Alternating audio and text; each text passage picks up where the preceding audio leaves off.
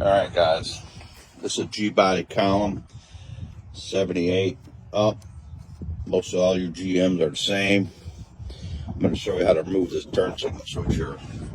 So I got in here and I removed my bolts here, got these all loose for the coverage. Columns out, loosen these up. This is going to make it a lot easier to get the switch out. So take your bracket off. This is a dash mounting bracket. Pull your wire out here. This comes on clips here, right? Goes in here. There's two little side clips. It's got a little side levers where it goes in. Remove this plastic. Okay, that's your turn signal switch. This is a cruise level wire, so this is loose. So get in here. I'm gonna flip this bad dog over, but we need to take off your hazard. Comes off.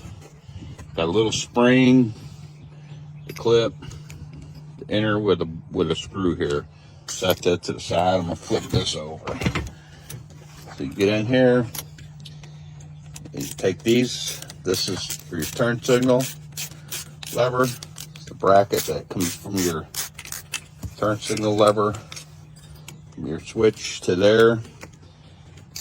Take there's 3 bolts. One in here.